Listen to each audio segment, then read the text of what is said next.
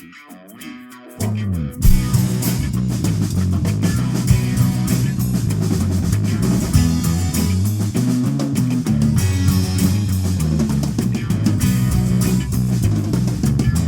right, so why don't you boys introduce yourselves to the audience? So I am Ryan from the Device Casting Couch. With me is Aaron and John. We run our own podcast focused on tech and security for anyone to listen to if you're interested in shoring up your data protection or just interested in tech in general. Cool. All right. Well, we invited you guys on to the podcast because we recently watched this Netflix documentary called The Great Hack. And we don't really want to get into like the politics of what happened in that documentary. It seemed to me like that was more of a political documentary than anything. But one of the things they kept bringing up in that documentary was data rights. And I think that's kind of what we want to focus on here in this podcast. But before we do, boys, in your mind, what do you think of when the term data rights is thrown out? What does that mean? When I hear data rights, I think more of like data privacy, and just in how it's being used and how much control we have on what we're giving to the companies. Like with Facebook, there's a terms and conditions that no one ever reads, but in there, they pretty much own everything you post on there. Okay. Yeah. And so like, really, that's what I think is data privacy. People want to have more control on like how it's used, who they share it with, stuff like that. I would agree with that. It's for me, like data rights is an extension of your personal property.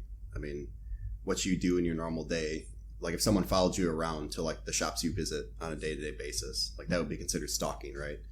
Then the same thing happens online, but it's allowed because it's considered marketing or what have you. And I believe that should be an extension of what you do in your normal day-to-day. Like it should be considered stalking or what have you. Sure. I would say data privacy and data rights do go hand in hand, but data rights applies to more private matters. For instance, there are some things in all of our lives that are public, and there are some things that are private, like HIPAA information or PCI information. So you just got to think of it like that. Okay. Another thing that kept I guess one of the agendas of the documentary was to push this idea that data rights are fundamental rights. Mm-hmm. I know this is kind of more of an opinion than anything, but what do you guys think of that notion? I think that's correct. I mean, like I said, if you translated what happens on the internet to everyday life, everyone would agree that it's wrong. And it's considered a fundamental right that you have a right to privacy, right? And on the internet, that seems to be ignored because it's new territory and there's not a whole lot of laws that cover it. But I would agree. I would agree it's a fundamental right. Yeah, when we talk about data rights, and if we specifically mention privacy is declared a fundamental right, specifically in Article 12 of the 1948 Universal Declaration of Human Rights. So if we do carry that over to data, then I would say yes. See, I tend to not agree, only because your data is very valuable to companies, and in this day and age, a lot of the things that you do publicly, like for instance, usually your job is public knowledge. Where you live generally is usually pretty much public knowledge. I mean, to the people around you. I think online we're going into more of an integrated society. And so more of that public information is going to be even wider publicly available. So we can't just go out and say, hey, you can't have anything on me unless I say you can have it, because you're using a company's free service. So saying that it's a right is not necessarily like feasible in this day and age. You mean with like globalization in general? Well, yeah. So like think about if Facebook started charging. Let's say Facebook costs $5 a month. How many people do you really think would pay for it? Like this company's offering a free service, and they're making their money off of the data that they sell for marketing preferences. Who you might vote for is a good thing. Who, what things you might be interested in, and then they can like this type of polling. Like they used to do it by phone banks. Now they do it by collecting like what you like on Facebook, what you click on, what you go to, like what you buy on Amazon. So the world's changing. Like, how many calls do you get asking you to fill out a poll now? Just none. It's all done online now. All right. So with that though, I kind of agree with you, Aaron, with you're using a free service. They should be able to take at least a certain amount of information from you to continue growing their business. But do you think data-driven behavioral change happens then in that place, or is it just strictly, do you believe that most companies have just their business growth in mind? I think companies themselves are not as cynical as everyone makes them out to be. I think companies are more about their bottom line profit margin than they are concerned about what you're doing in your house. Their idea is to target you for something that they think that you'll be able to do. So for instance, if that is buying something, then they're going to try to target you in order to buy things. There are whole companies that do only that. If it is getting you to, go a certain way politically or think a certain way, there are companies that do nothing but that. But even then, even before the online age, there was an entire industry devoted to that. Marketing has been around forever. And now the marketing has just changed to use data-driven approaches, and people are alarmed by it. But then again, before the internet was a thing, people were more concerned about whether or not their data was going to be exploited on, these phone-based polls and exit polls when people were at malls handing out flyers asking you to fill out forms and everything like that. There are people worried about that too. And this is just a further extension of that. So if I can interject here, I guess I would agree to a certain extent. I just think that companies should be able to collect what they need to run their business. But I don't agree that businesses should be able to basically sell your data to profit without you complying with that.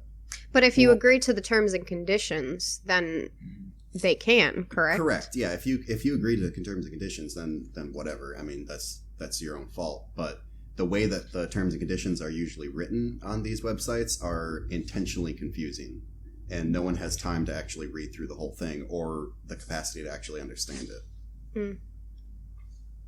Is data maybe, well, it is a resource, right? I mean, it's more valuable than oil. Yes, correct. It's the most valuable thing on the internet right now. Or on the world, yeah. Maybe, like, mining this data, this resource, it's about the intent. What are you going to do with it? I don't know. What do you guys think about that? So when people say, like, are you mining the data? Like, it's not exactly mining. You're freely giving it away. No one's coming to your house and stealing things from you. Like, you are freely going on Facebook, posting your locations, posting things that you like, liking things, going on Amazon and buying things. Like, I'm a big proponent of self-hosting. So, like, as many things as I can that are open source and I can host myself where I control the outcomes of my data, I try to do as much as I can. So I think it's people's ignorance to the fact of how these companies make money. Like, a lot of people were astonished, especially about Cambridge Analytica, like, how does Facebook make money? And a lot of people were shocked to find out that it's through marketing, ads, and selling data to other companies. That's their biggest moneymaker. And people were shocked to find that out. But it's like, how do you think Facebook makes money handing out a free service? Like I said, if some of these companies started offering you to pay a subscription, I guarantee you people would be selling their data left and right. It's either give us your data, everything that you currently give now, or you pay $5.99. I guarantee you there'd be very few people paying $5.99. But Aaron, aren't there more, like, wouldn't you agree that there's more ethical ways to do this? I mean, look at DuckDuckGo. Like, they're a profitable business, but they don't use your information to sell to other companies. They just use it for targeting ads. What makes Facebook so valuable is that the fact that they collect so many data points that they're able to hyper-target individuals, and it makes it more successful for people trying to sell something. They can see that, you like this, or you search this, you're part of this Facebook group, etc. And they can tailor the ads for those people. And I guess really that's where a lot of the controversy comes in, is because how Cambridge Analytica used that. But that's what makes them more appealing when selling the information to these other ad sites and all that. John, can I ask you, could you describe like data points a little bit more in depth?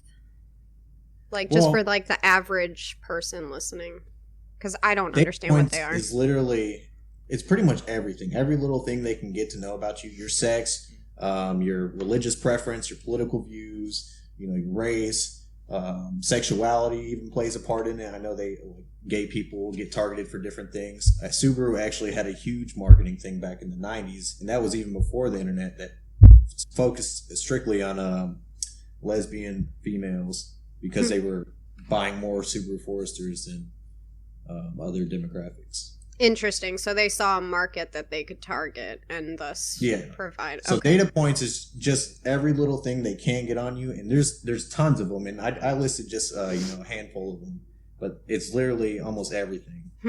Okay. Yeah, like I guess I'm interested in finding the line. Where does collecting that data, those data points, it's like, is that good marketing or is that evil business? I'd like to point out, they're not selling like your HIPAA information, which is your healthcare information, or your PII, which is mostly covered under HIPAA and PCI compliance. Right.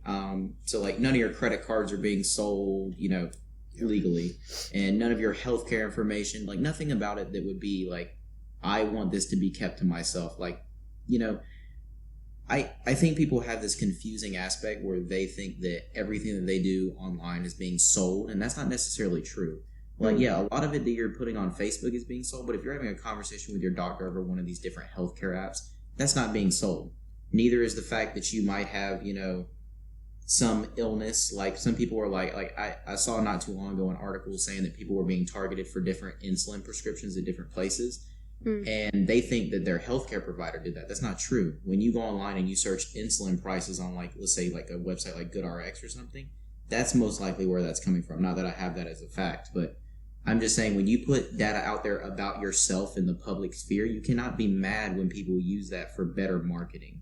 I don't think it's evil business. I think it's just a smarter incorporation of what we already had before.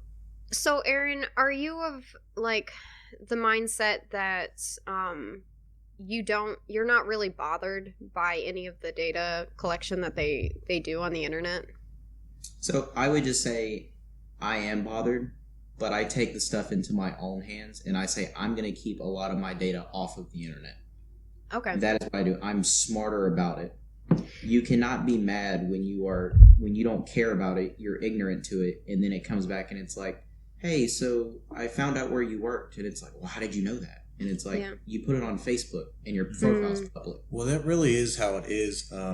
Just everything out there is that you put out there, like every search, like say if you have erectile dysfunction and you look up Viagra, they're going to start targeting you for that. It's really what you put out there and, kind of teaching the public. We are in a technology age and it's not going to slow down. If anything, it's going to speed up. We just got to inform ourselves and make sure we understand what is being sold and what's being collected and how it's being used and what you're comfortable with. Like a lot of people still have open Facebook profiles when they can lock it down so people don't get all the information on them and stuff like that. Yeah, because I have a lot of friends where I've talked about this particular issue, and I came from the mindset, like, I grew up reading a lot of dystopian, like, novels and, like, thinking the future was, like, anything in the future was going to be bad, Big Brother, that kind of thing. And so, to me, when I started listening, or I started, like, The Great Hack, it kind of, like, unnerved me. And when I spoke to other friends, they were really not bothered. They were like, I have nothing to hide. Why would I be bothered?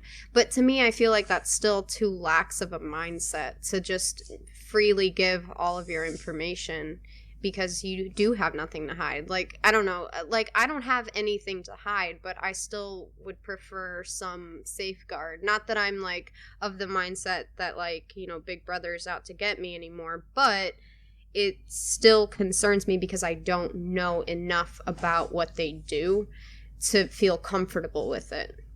So, like, my thing with that is it's like, no one's coming to your house, pointing a gun to your head and saying, sign up for Facebook or bang. Like, it's just not Like, so the idea that it's a big brother type situation, it's not a government entity. Mm. Granted, the government can definitely use it, which I agree. There are serious privacy concerns with everyone using Facebook, and should we probably implement some common sense laws? Yes, and I have a good way of doing that the financial industry currently uses, called the CARD Act, where terms and conditions can be laid out in an easy to read way. So prior to 2009, when the CARD Act came out, credit card terms were just ridiculous. You couldn't figure out what interest rate you're paying. It was all this legal mumbo jumbo, and Congress came down and was like, nope, none of this anymore. And they made it all, if you've ever applied for a credit card or loan or anything, it has this black box and you can see everything in it, all the terms and conditions laid out in plain English. That way anyone who can read can understand it. Another thing I just kind of want to shout out, I'm not affiliated with them in any sort of way, but I do think they do a good job, and they're still working on it, but it's called TOSSDR.org, and they actually look at the terms and conditions of various websites like Google and stuff like that, and say like, hey, this is a good company, and they give them a classification from A to E. They say, oh, they sell your information for ads, or they collect this, or they use this, but only for very minimal, like uptime purposes, and just making the service better. So some people can check that out and see if their website's listed. Like I said, they don't have all of them; they're still working on it, but it kind of lays it out as an easy to read thing. Another thing, if I can add to this, and I mean, California. If you're really concerned about your data privacy, you should really start using something like a VPN. That way, the geolocation is not as accurate. The cookies aren't necessarily good at tracking anything through a VPN. Like, you have to start doing some common sense things to help yourself. And this is something that anyone can do. I would also highly recommend maybe not signing up for all these social medias. I'll be honest with you, I don't have a Twitter. I have a Facebook that I rarely log into. I don't really log into Instagram. I have geolocation off when I post photos. I don't check in places. So, like, am I still participating in the social networks? Yes. But am I providing everyone and anyone everything about me? No. Do I fill in my phone number on Facebook? No. Do I put my emails on there? No.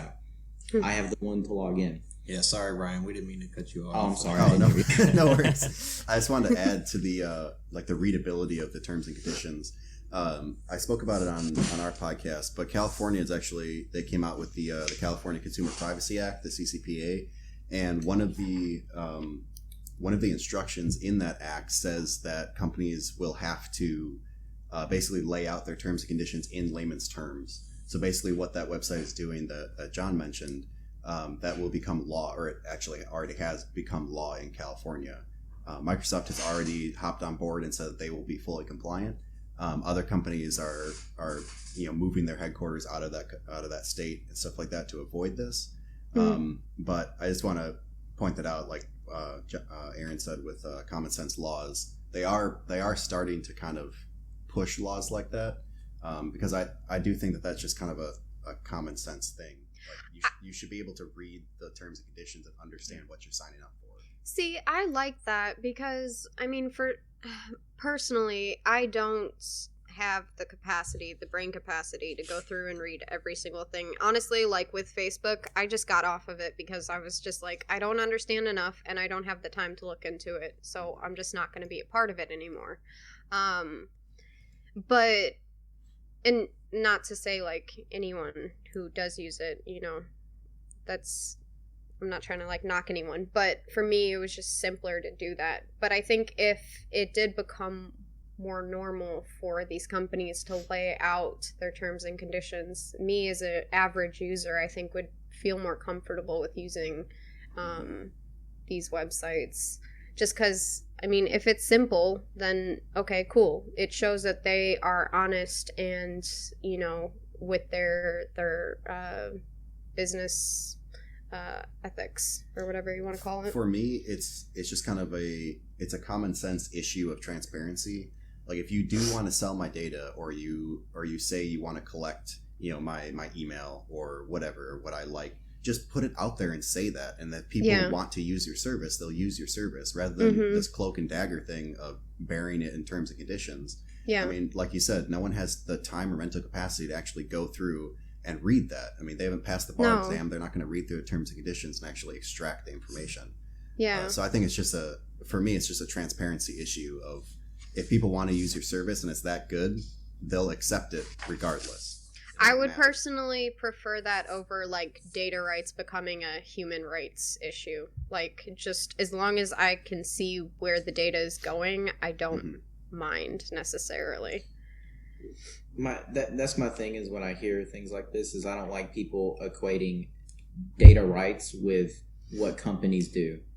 So, for instance, you can't punish a company for something that you agree to is my big problem. So if we make the terms and conditions easier to read and then you're mad because Facebook has your email, I'm like, well, I mean, what are you going to do about it? Like, that's kind of like going to the doctor and you have to fill out these forms and then you're mad at the doctor because the doctor has your name. Like, you filled out the form and gave it to me. What do you mean? Like, yeah. I think just with, with the Great Hack coming out, the way that they spun it was very political, but I think it woke people up to thinking like, oh, well, I don't want my behavior changed, and I don't want the way that I vote to be changed because these large corporations decided to, campaign certain ads and things. But I don't necessarily see that. They were swinging the argument that way, but I didn't understand it that way. It just seemed like it was something that was happening and we were allowing it to. Not that they were doing it on purpose. My biggest issue with that documentary was it was very subtle, but they were definitely like just trying to inject this feeling into you that data rights are human rights without really addressing that issue. Just kind of making that assumption and spinning it away to make you feel that way. And I thought it was a little bit disingenuous because I didn't honestly know how I felt about that issue. Yeah, because up until that point, I didn't really know a whole lot about data rights in general, and I still don't. But it was just like, oh, whoa, what are they doing? Like, it kind of scares you a little bit. But then you think about it, and it's just like, wait, these are things that we have given to them. So they do have the right to use it. Did you guys watch that documentary? I did. Yes. What did you guys think of it? I saw the political side of it very quickly, because I'm very active in politics, and I was like, I see the way this is going, and I saw the way that they're looking at data rights as opposed to like how companies view it, and I think the way that companies view it is pretty common sense. They're operating in the environment they're given. So we blame them for doing what they're doing. Like, if we want to make some common sense laws that reform data privacy, I'm all for that. I'm all for data privacy, but what I don't like is when we try to punish a company for doing something that we knew that they were doing anyways in the back of our heads. Like, we knew that Facebook was collecting data. Everybody knew that in the back of their head. Now, did we know to the extent that they were doing it and selling it? Probably not. But then again, people don't understand some of the technology they're using, and I think awareness on how some of this technology works. Like, everyone knows the phrase, anything you put on the internet is always going to be there for the rest of your life. Yeah. That's truth if I've ever heard it. I do want to mention something real quick. I know we're talking about Facebook a lot, but pretty much every other website out there uses something very similar. Like, Google has a huge ad part of their company where they use your searches and all their services. Like, because if you have a Gmail account, they can see what you're getting, and it's in their terms and conditions, and they also hyper target ads, and just pretty much any free service you use or any website you go to has something similar to this. Are there some that stand out most to you as far as like not doing the ethical thing, and then some that are standing out more than others that are doing the right thing? So there are privacy-driven websites, like as Ryan mentioned, there's DuckDuckGo, which actually uses Google searches, but removes the tracking and everything that goes on with that. So they have general ads that people pay for and everyone sees them, but it doesn't hyper-target you if you like look up, Joe Biden or erectile dysfunction or whatever you're searching for. So it's not hyper-targeted, and they're still making money.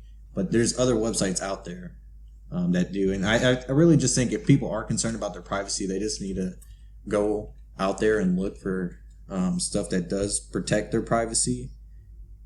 There's a good website called privacytools.io, and it goes over everything of services, browsers, operating systems. If people are really concerned about their privacy, they can. There's stuff you can do to limit your footprint and what gets shared.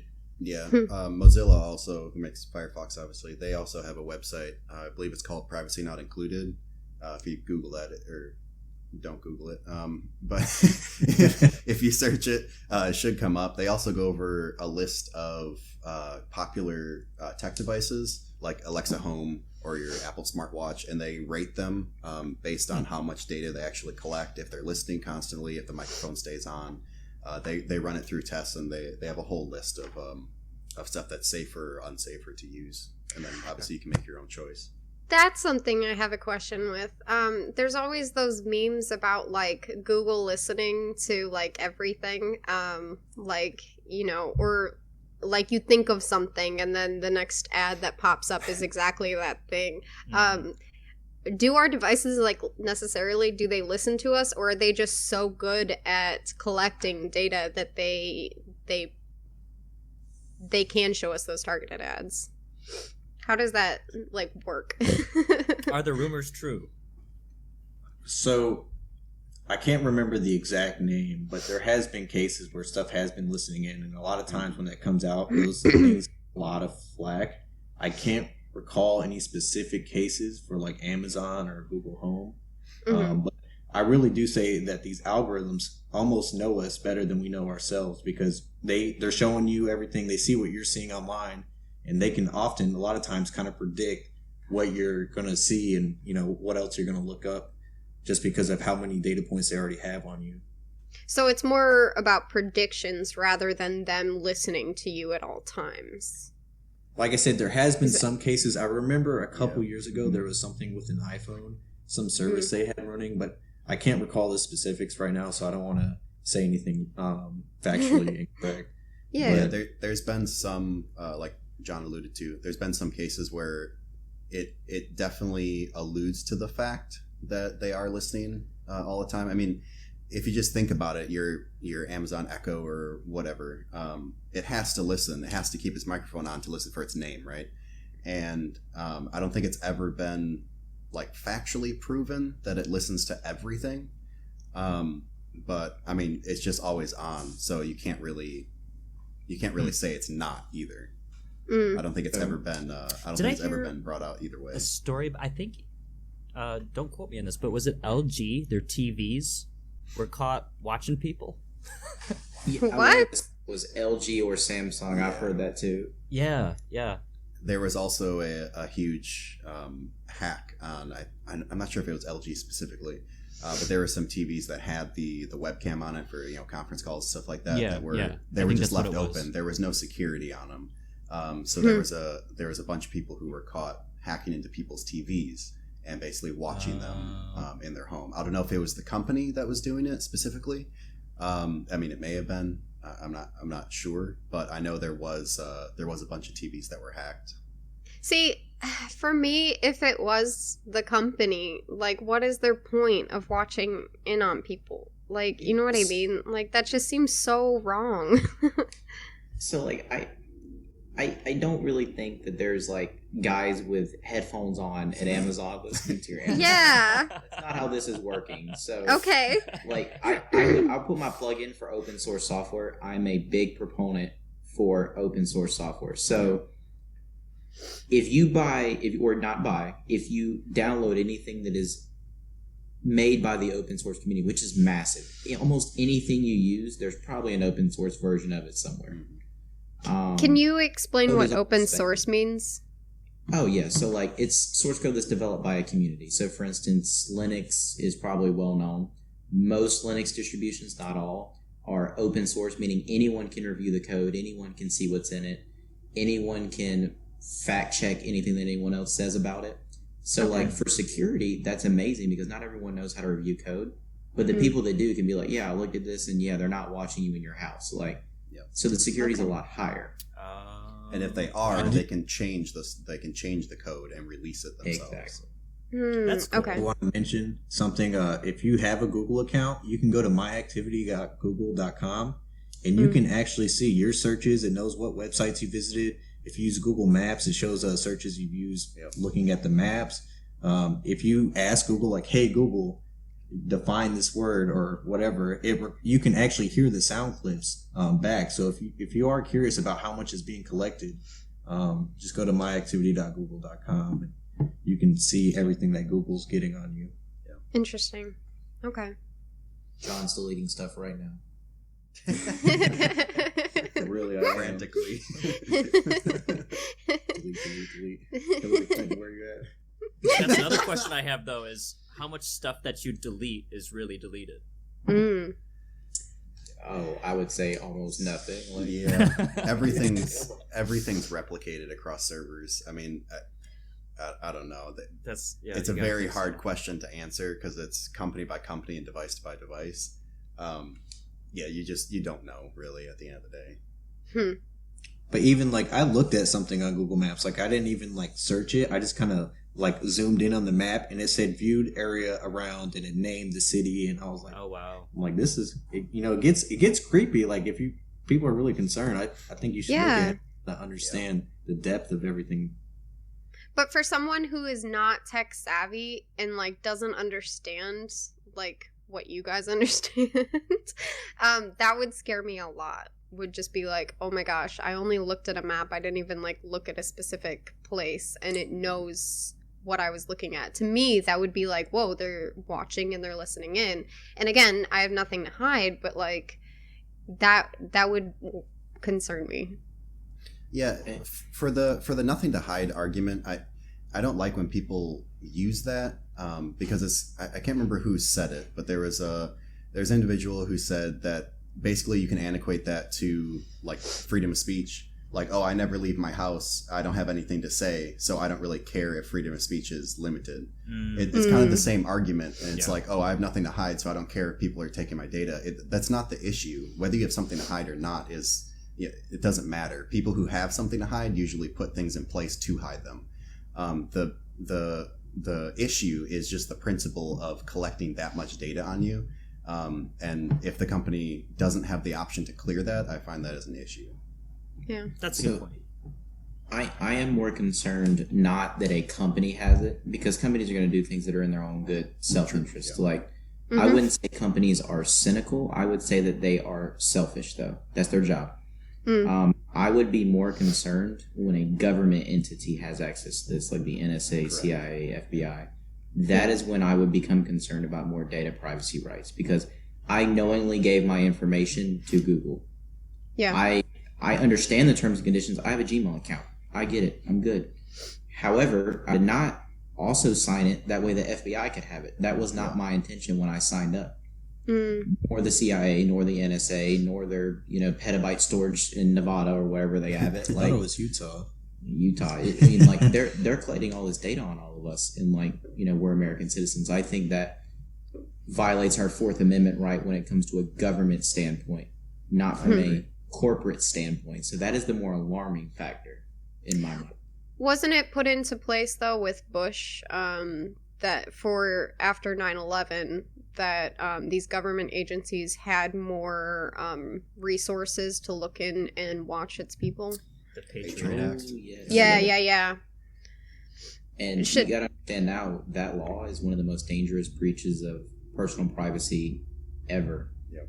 So like, this is where like writing your congressman and expressing your disdain with that would be the best thing for this. And like, you don't understand like what they're collecting from the corporate entities that have our data already. They're basically in a back door without ever letting you know, forcing them to let them have that data. And like, this is why I really advocate for VPN. I really advocate the Tor network. I really advocate a service that has like a warrant canary. That way, if anything ever gets sent to them about your data, you will get notified through a third party. Yep. So do you think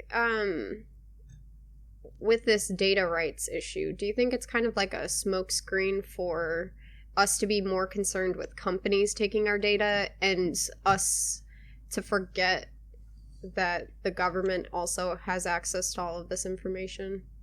Or do you think it's strictly just like people are starting to become more woke, if you will, and they're concerned about companies having it? I think people are becoming more aware because for the longest time, like with the government, we didn't know until Snowden actually said something. And then it came to light what the massive amount, like the breadth of all the information. Like they were tapping into AT&T's like backbone and just collecting it straight from there. But also the companies, it just brings up questions on, should this be okay? Or will this be allowed? And it seems like when it's in the news, it gets like it's time, but then it dies away and people really don't think about it. Yep. So I really think it's up to the person, to write their congressperson or use different privacy advocating software or services, and really take the control into their hands. And like, this is where I'll put my plug in for like writing your congressman and voting. Like, you can look up, there are certain websites, and I'll have to get them and we can post them with the show, but like there are certain sites where you can find how good your congressman's voted for privacy rights. Interesting. And they give them a rating from A to F. So that is fantastic. They also do that for senators and also for all the justices on the Supreme Court as well. So it's very important that you get out there, you vote, you write your congressman, you be active, because these are your rights that are being stripped away. It's not anyone else's. And the government is not going to do anything to stop the tech companies from doing it. The reason is because it's also going to stop them in the process. Make laws preventing companies from doing it. How are they going to get the data they can now get from the companies? Yeah. I think the concerning thing is, especially when the government does this, is when they don't go through the proper ways, like getting a warrant and everything. Like wiretapping is invaluable to law enforcement, especially when, taking down like organized crime and stuff like that. It's when they do it without getting a warrant, getting subpoenas from companies, all that stuff. That's where it gets real fishy, and they're just doing mass surveillance on everyone. Like when it's targeted and focused on a certain individual or group because of there's reason to believe that they're doing something malicious or illegal, then that, obviously that's fine. But and this is another issue that gets brought up, another argument, I guess, from law enforcement and certain like 3-letter agencies and stuff like that say, if you pass these laws and stuff like that, it's going to make it harder for us to catch criminals. And I don't agree with that at all, either, because they're still catching criminals, right? Like they still can get a warrant, they still can go through the actual processes of catching people and bringing people to justice. So I don't think that argument is, I guess, holds any water in the long run.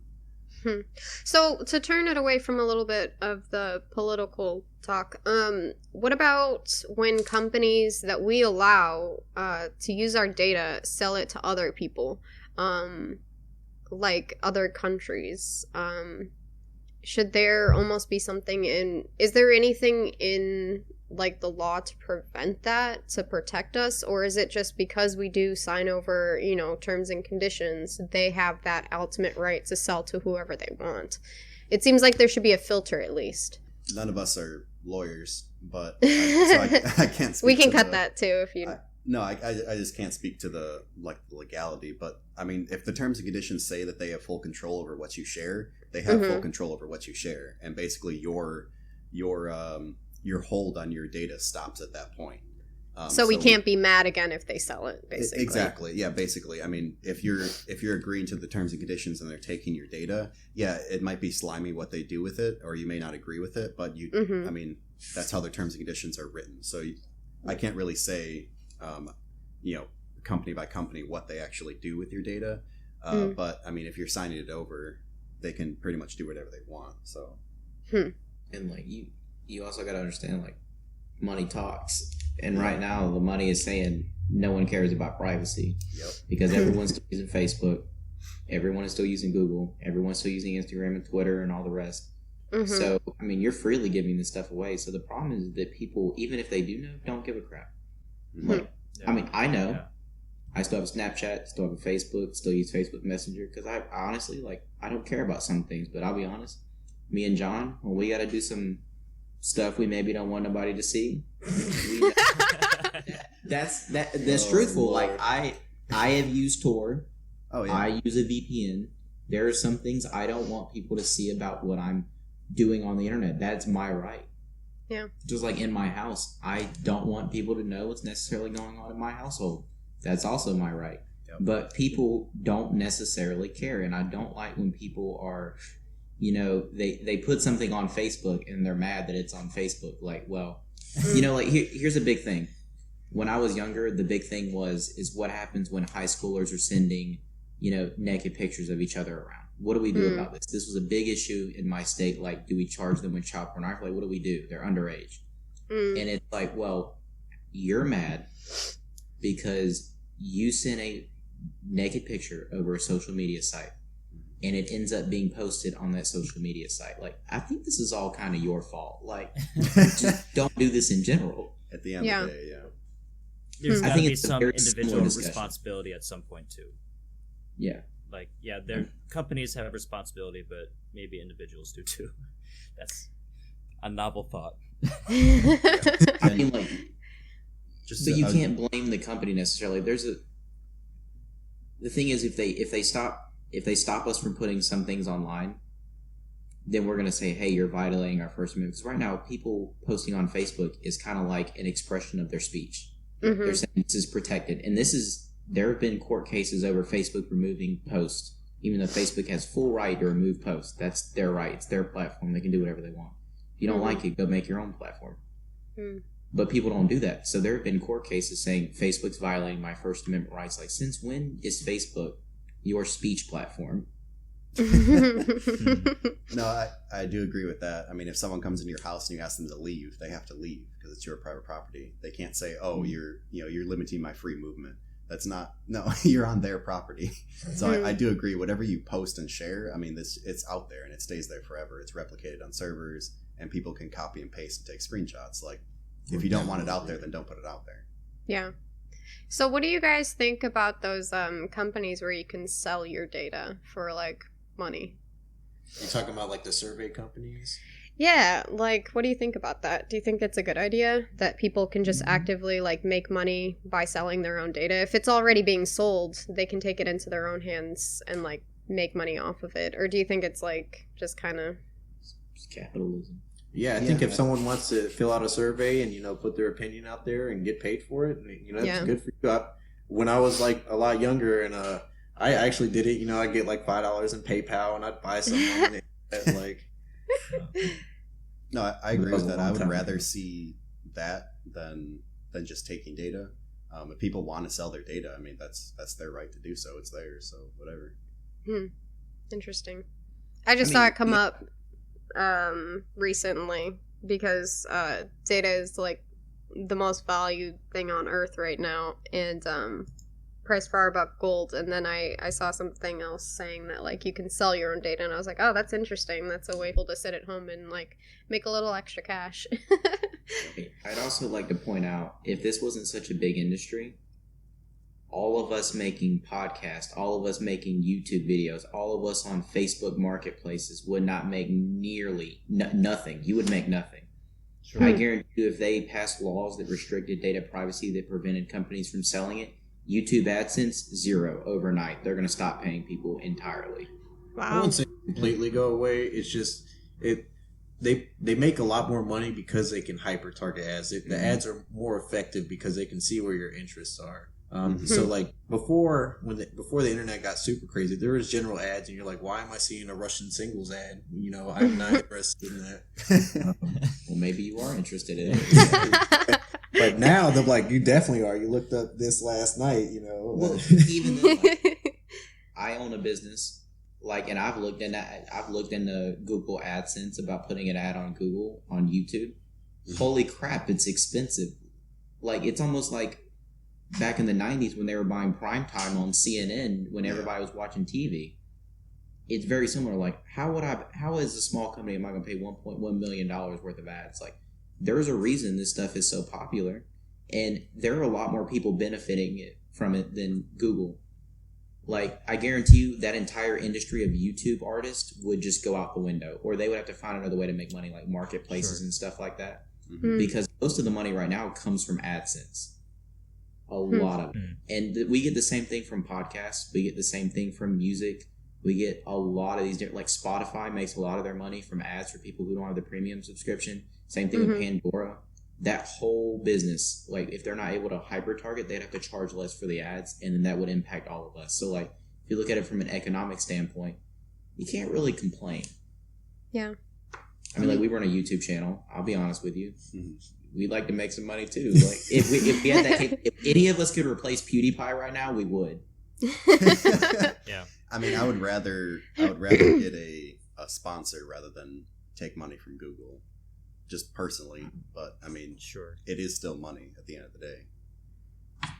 I don't think I would replace PewDiePie. He seems sad. No, I would. If anyone could take over PewDiePie's channel right now and get the AdSense money, I think everybody would be like, whose data is being sold? Not mine. I'm good with it. Let's go. Like, what is he still the highest grossing YouTuber? Yeah, he makes well over like $1.5 million a year just through his platforms. Wow. Like, I don't know if any one of these big top 10 YouTubers is more concerned about other people's data. That, I mean, it's not their data being sold. They're probably like, yeah, let Ryan sell his data. I don't care. So that's why influencers do so well. These companies are able to provide them with their, like, hey, we'll sponsor you if you promote us. And then that's where those funds are coming from.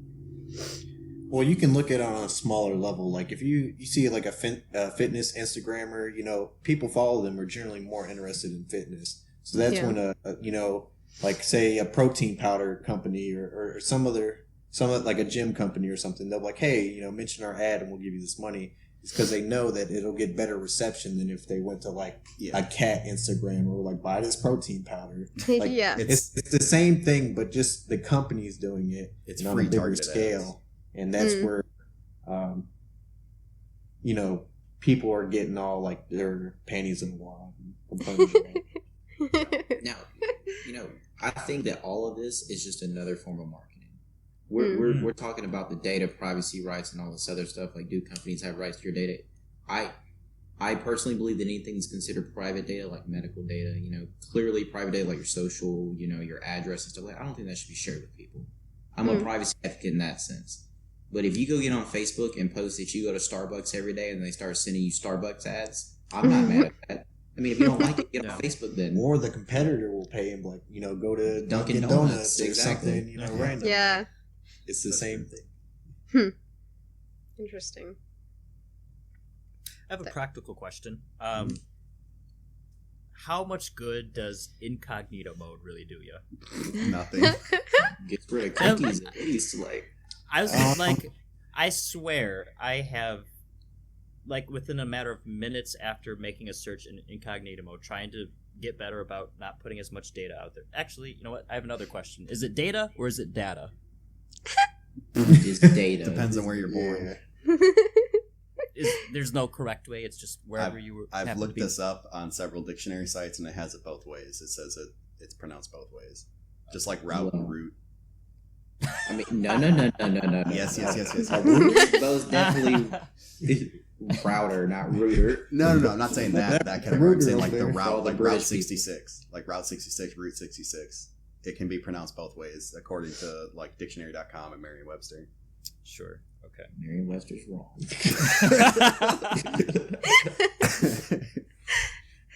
But yeah, to answer your original question, yes. It doesn't really do much. Incognito mode, it blocks some of the cookies and stuff like that, but you're still inputting information into a website. So they can still, I mean, incognito mode, it's not a VPN. It's not a substitute for any sort of actual privacy software or like data mitigation. It doesn't. So basically treat it as a way of just making it not show up in your search history. And that's basically all that's really. Kind of, yeah. It blocks stuff from your device, like it doesn't download some cookies and stuff like that, but it doesn't do anything on the business's end or the website's end. Okay. Mm-hmm. Well, part of it is while it like doesn't keep like your history or the cookies carry over, you still are being tracked. There's something known as browser fingerprinting, and they can see what browser you're using. They can see your screen resolution. They can see if you're running a Windows machine or you're on an iPhone, etc. And there's ways to mitigate it. There's certain settings you can do, or there's certain add-ons you can do that blocks trackers and removes cookies immediately after you close the tab, stuff like that. And it's really, this is a website I mentioned again, privacytools.io, has a whole section on how to make your browser fingerprint just kind of blend in with everyone else and not be so specific to you. And there's also sites where you can go onto that will scan your browser to tell you what information they can gather just from you clicking a button. They'll tell you if they can gather, like John said, your screen resolution, what kind of computer you have, so they can target you for maybe an upgrade of parts, or they can target you for a new laptop, something like that. I would say for most people, if you get a good VPN that is rated well with privacy activists and you use Firefox, you'll be just fine. Yeah. So can you guys explain the difference between trackers and cookies? Like, what, in layman's terms, what is the difference? Because they sound the same to me. This is a John question. Okay. Okay. I'm sorry, I really don't know a lot. I'm trying to think how to explain it. These aren't the good cookies. These are the ones that taste bad. These aren't grandma's cookies. I know. I always think of like chocolate chip cookies. I'm like, why are they?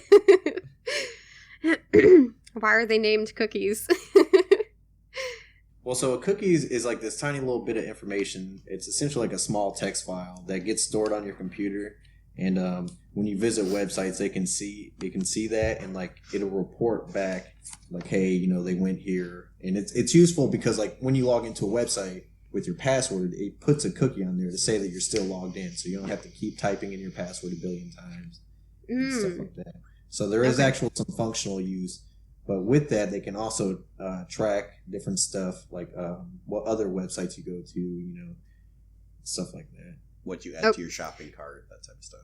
Okay, so if I like went on H&M, they would pull my cookies from my device and use it. Is that on your device? So when you visit a website like that, they put a cookie on your device.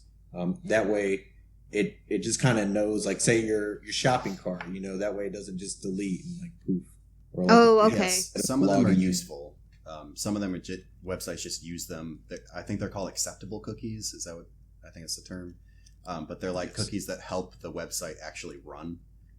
And just kind of quality of life and stuff like that. But there are some cookies, like tracking cookies and stuff like that will actually track you around the internet. And it's basically like, putting a tracking device on someone's car and then watching them on maps. So Google like is a good example of a tracker because Google AdSense code is on tons of websites, pretty much almost all the ads you see. And with that, they can track you across multiple websites. And it's like, oh, you visited this, and it starts tracking you and kind of builds a profile on you. I'd say that's really the big difference between trackers and cookies. So you can't get like a virus from a cookie because like if you go into incognito mode and they're not like putting cookies like on you. Incognito mode does not block everything though. Oh, okay, but like you can't get a virus from a cookie, can No, you? cookies aren't malicious. Okay. They're really just little pieces that generally help the website functionality, but they can also like be used to track you and stuff like that. Okay, and so then what is the difference between a cookie and a tracker? Because it sounds still the same to me.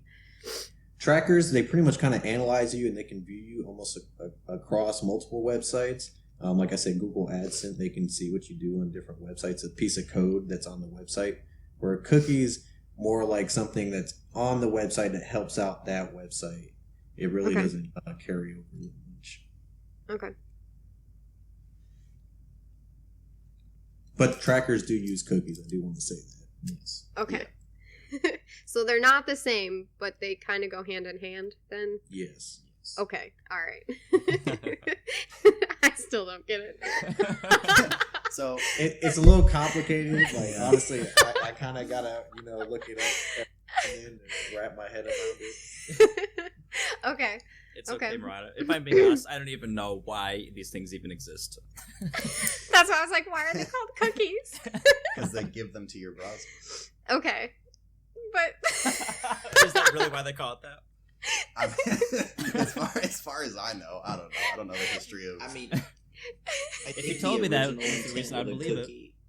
If I remember, was to say like it's a little bit of information, so people are like, "Oh, it's like a cookie of information," because like. So like a breadcrumb, like Hansel and Gretel, like small amount. Okay. Yeah. I don't think it was meant to be like, oh, it's a sweet for your browser. No.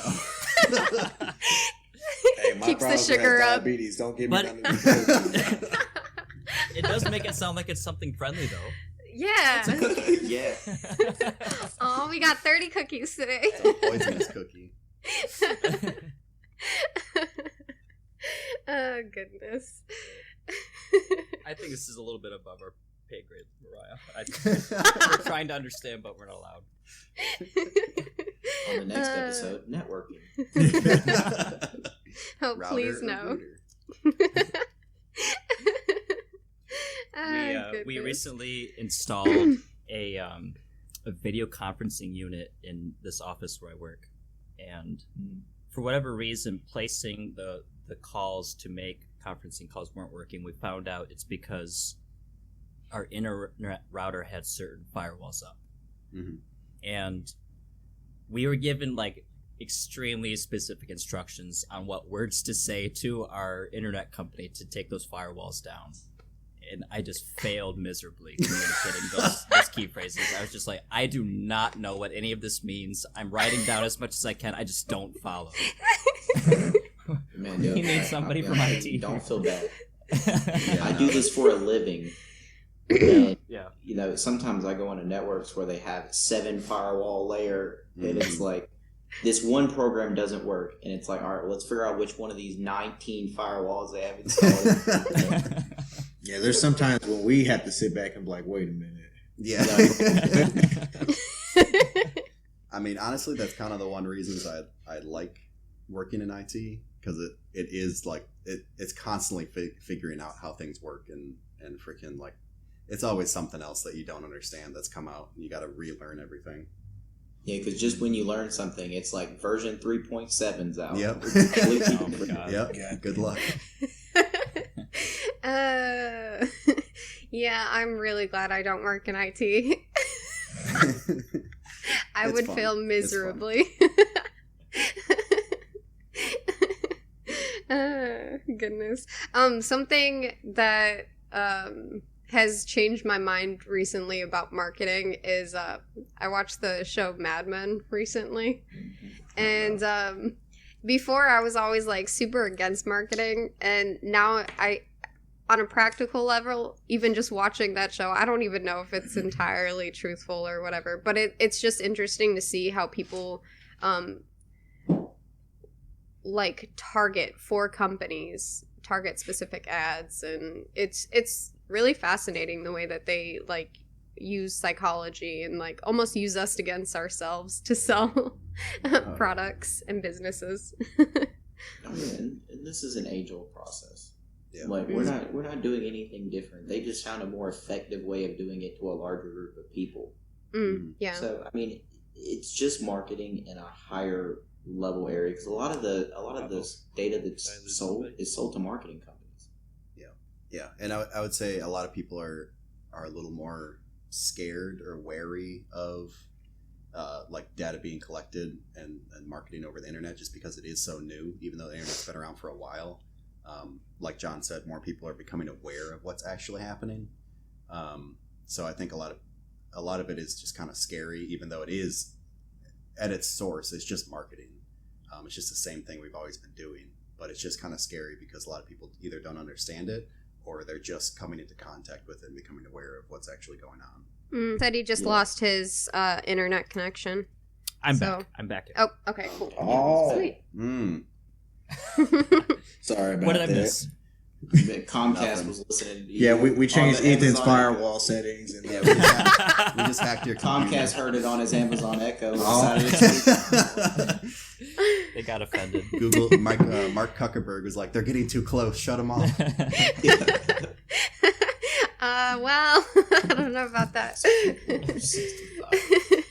So, on a practical level, I mean, your suggestions just basically for people like Ethan and I would be read terms and conditions, If you can. if we can, and if we don't understand them, we can turn to specific websites that would help us out with it, correct?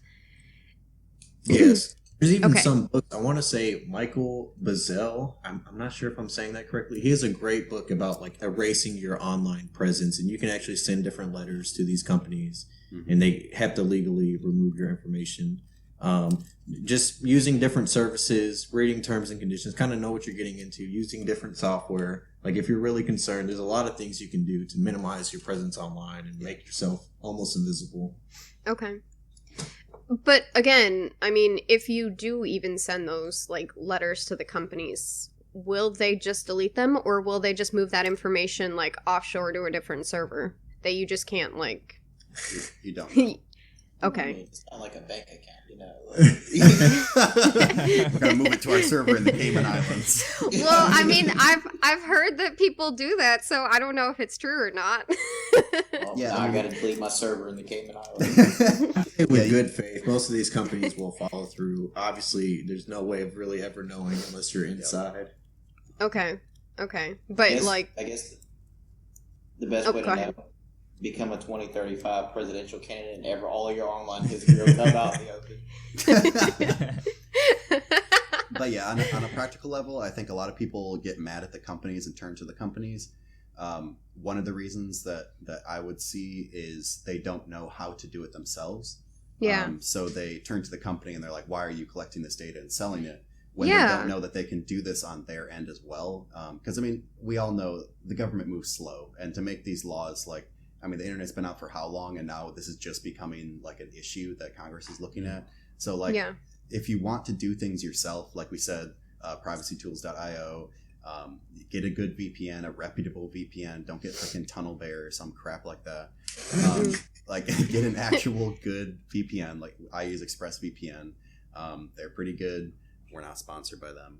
I was gonna say. No, we have no affiliate. We're not sponsored by anyone. We're poor.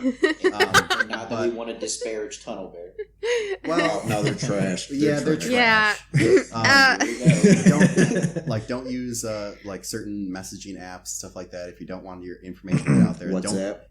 WhatsApp is trash. Don't use WhatsApp. Okay. Can I stop you right there? What does a VPN do for an average user? Like, why is it important? Why do you keep mentioning VPNs? So VPNs are important in two aspects. One is the ISP. The ISP can see everything that goes over. They're the one providing the internet to you, and they can see all the traffic. But what a VPN does is it creates an encrypted tunnel and routes it to a server that the VPN controls, and then lets it go to the internet. So this is also good, not because you're ISP, but if you're at Starbucks and someone else is on the Wi-Fi, there are different ways you can go about and see everything that's going over the Wi-Fi connection. So it prevents like man-in-the-middle attacks. It ensures that you're actually getting what you're looking for and not going to a fake website pretending to be Facebook. VPNs are just an encrypted tunnel that makes sure no one else is snooping in on your information. But so it's not like the invisibility cloak from like Harry Potter or something. I mean, kind of. Is it? Okay. I mean, they can see the data moving through the network. Yeah. Like if someone was using like a program like Wireshark or something like that to be able to see like information on a network, they'll be able to see information going through, but they won't be able to see what the information is. Okay. They just know it's something. Yeah. You need to make sure that you're picking a reputable VPN, because if you pick a bad one like VPN Hub or something like that, or TunnelBear, since we're going to talk crap about them, oh my word. What you're doing is you're basically tunneling all your traffic that the ISP would see, who I would trust a lot more than TunnelBear, to TunnelBear. That way they can see all of your stuff instead of your ISP. Yes. So pick a reputable one. ExpressVPN has been audited like twice or 3 times now. I mean, someone can correct me, and I'm not sure, but they've been third-party audited. They let someone in, and they looked at all their security measures and said, yeah, ExpressVPN is actually doing what they say they're doing. A lot of the other VPN companies are basing their setups off of ExpressVPN, so not that we're sponsored by them, but I mean, we might as well get a check now. We keep bringing them up. So. There's other good ones out there. If you don't want the one we keep plugging, I guess, you can look up Molvad or Proton VPN. Those are also been independently audited. If you're really concerned about your privacy, you can pay them with Bitcoin. Like there's different, you can even use their Tor website to download it so that even they don't know where you're at originally. Okay. Stuff like that. So what is a Tor browser then? Let's see. We don't. I can get rid of that if you want. No. We can talk about it if you want. I mean, just that's a rabbit hole. It's an extensive subject. Oh, okay. All right. I was just trying to get basics. On the Onion router. No, so basically the Onion router was developed by the Navy, and it basically intertwines everyone's information to where you're going, and it makes your information hop between like multiple servers. So it basically just mixes up your internet traffic with everyone else's, so it's very hard to track. And it's encrypted. So everyone's like information is going into like a pot basically for like yes. soup, and it's then like they just see the soup. They don't see where it came, like all the ingredients came from. Yes, right? it's the reason they call it the onion is because it goes through multiple layers. So it'll get sent to one server, and then it gets sent to another one, and then it gets to another one. So they don't know the original destination. Because normally when you go to Google, they're like, "Oh, you're in Salt Lake City, Utah," Yeah. But where the Onion router can pop you up, across the globe, and it makes it just harder for you to track. There's other tweaks they've done to the Firefox browser to help limit cookies and different fingerprinting techniques that we were talking about, and it's overall a lot more secure than normal browsers. Just like going through Google or something and looking up. Okay. Yeah, okay. Just opening up Internet Explorer or something. Like, that's trash. And that's exactly what I do. Internet Explorer? No, not Internet Explorer. That's too slow. But like, I'll just go on the internet by using Google. I was about to like, come on, we gotta fix you guys' whole podcast. It's probably worth mentioning though. I think we said this before we started recording. You guys were saying that Firefox is the best browser to use as far as like keeping your data private. I would say yes, because it is open source, and Mozilla has recently done a lot of privacy stuff. Like they limit some trackers and different things like that by default, where Google Chrome is owned by Google, and they're already selling your data to everyone. Right. Yep. So there's some questionability if how private you really are using Google. Conflict of interest. Yeah. Yes, and Firefox also allows a bunch of add-ons that you can install yourself that would kind of enhance your privacy online as well. Okay. And let's caveat, it's the best publicly available, most commonly used privacy browser. Correct. I'm sure you can find one that's better. Yeah, we could mention stuff like Brave or Tor, but we don't live in our mother's basement. We have better things to do. Okay, so practical levels, you can use VPNs, Tor browsers, looking into terms and conditions. Incognito mode really doesn't do a whole lot for you in terms of internet security and data protection. And writing to your congressman about like your privacy or your data privacy being important to you as an individual. Anything else on a practical level? I mean, like, I know iPhones, they have a VPN option on there. I haven't explored it at all, but like, is that worth looking into as well? Like, if your devices offer that, should you use that, or should you just choose your own like VPN services? I would say choose something that choose something that is independently audited. I'm not too familiar with the iPhone feature, but a lot of these VPNs offer mobile apps that will VPN your whole device when you have it turned on and stuff like that. Okay. It's just basically who you trust. You have to look into who actually owns it, and if they've been audited before, if they've released information when asked by like a subpoena or something like that, and what information they did. Like some VPN companies, they'll just release everything that they have, and some VPN companies that don't actually store your data will just give them the IP of their server and say, okay, what else do you want? This is all we have on this person. So like you just kind of have to look at like who you're going to trust. Okay. And there are a lot of VPN providers that if someone comes snooping and asking questions about your traffic, they will notify you even though they've been gagged. Mm-hmm. So they use a service called a warrant canary. You can look that up on your own. Okay. They'll let you know that someone's asking. Yep. Okay. Are there any websites that you guys know off of the top of your heads about just an average user being able to go and like find out more information about data privacy and such? Or like I said, privacytools.io, it really covers everything. It even mentions different social networks that aren't widely known that protect your privacy. It mentions browsers, operating systems, different programs. Like that website, I would say, is really the stepping point. It talks about these trackers and different ways to mitigate them. It talks about browser fingerprinting. A lot of the stuff we covered is on privacytools.io. Mm-hmm. Okay. And it's really just a great way to get your feet wet and kind of start understanding and open your eyes to what is out there and what's available to you. Yeah, and awesome. they explain everything on the website as well of what DNS They is. recommend different VPNs that have been audited and have no logging policies and stuff like that. And again, we're not sponsored by anyone. This is just anything we mentioned in the episode is just stuff that we've used personally and we like. Okay. Stuff that we would trust personally. Okay. Awesome. Cool. Well, I think that's all of my questions. Yeah, I think we've reached the end of our time. Can you guys, for the audience who might be interested, once again plug your guys' podcast? Yeah, so we are the Device Casting Couch. A little bit of play on words there. We're on Spotify, Castbox, YouTube. If you look us up, we can obviously throw a link in the description or whatever for our sites. But yeah, we just go over just anything tech. Basically, we discuss anything from entertainment side or just comedy side of tech, all the way to current hacks that are happening, or just current privacy software and stuff like that. Any updates to them that are coming out. We just kind of discuss anything technology related or data security related. Cool. And I really like that you guys are comedic through your podcast, like, because it could be really dry talking about all of this, but you guys are quite funny.